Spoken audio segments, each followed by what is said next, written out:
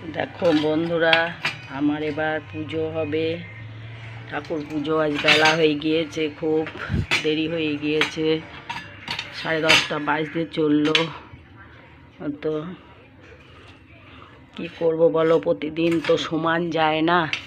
স্নান টান করে এলাম, এবার পুজো করব, করে তারপরে চা খাবো। এখনও চা খাইনি আজকে। আজ গুড মর্নিংও হয়নি, শুভ সকালও বলতে পারিনি। ঠাকুর কি করব বলো, কিছুই জানি না। তোমার চরণে ঠাঁই দিও অধম। আমি খুব, আমার কিছু করার নেই, কিছুই জানি না ঠাকুর। তোমায় ডাকতেও জানি না, কিছুই জানি না ঠাকুর। তুমি নমঃ শিবায় নমঃ শান্তানায় তত গতি পর